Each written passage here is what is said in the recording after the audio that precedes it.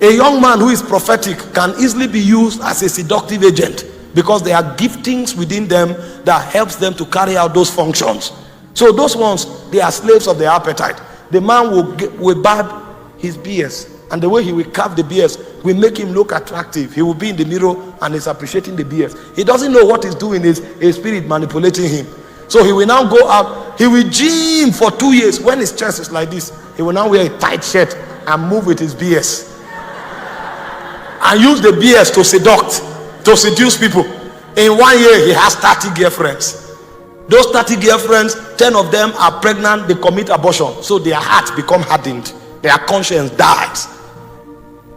And then he will now send them out. They will now go and begin to afflict the other young believers who are not strong.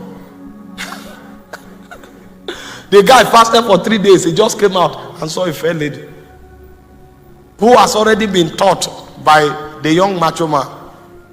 The fair lady now is desiring intimacy, because now a spirit is involved. And the young man who just fasted will fall and go and start crying. He doesn't know he's a victim of spirit city. So when they deal at the level of those agents, they now go forward and begin to use witches. A witch is a being that has the power to cast spell. So a witch is not just an agent that uses his appetite. A witch can cast spell. It can create enchantments.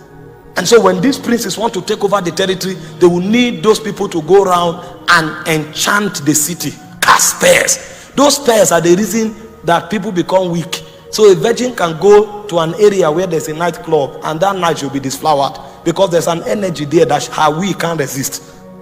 A young man can go out in the evening and he will come back and drink alcohol for the first time. There are spells, and those spells weaken his will. Even if he tries, it will be difficult, because in addition to the agents, there are witches that are also bringing spiritual momentum into that atmosphere.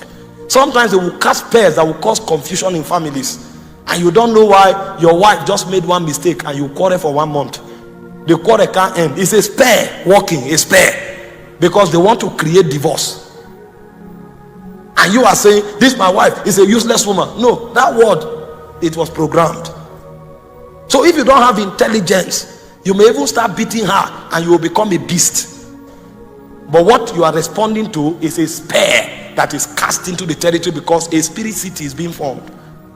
Now when those spells are cast, then the warlocks come. The job of the warlock is a supervisor.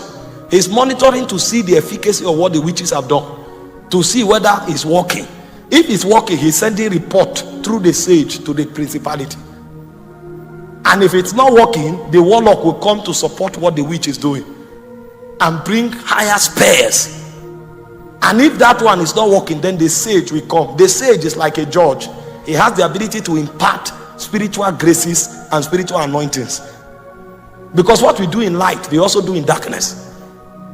If the sage, the warlock, the witch, and the messengers are working with the principalities, the powers, the rulers of the darkness of this world, and spiritual wickedness in heavenly places, a city will be created. That's what you call Egypt. Egypt is a city that keeps you in captivity. So if you are in Egypt, you can't make progress. And so you have a master's degree, you have a PhD, but you are in Egypt.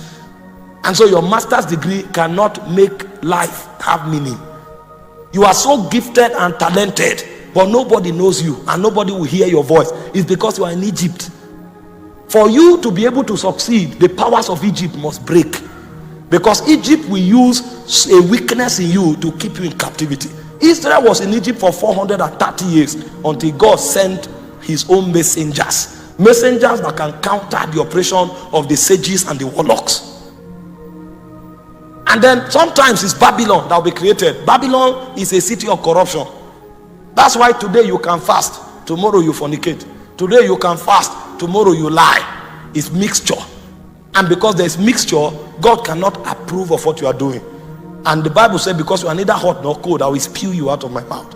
So when a man is in Babylon, he is like a person suffering from bipolar disorder. And so we said the warriors God raises are the ones we call legislators. The first of them are intercessors. And we say an intercessor is not just a prayer man.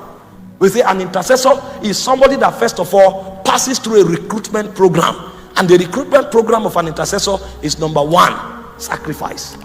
God will test him to see that he doesn't hold on to anything.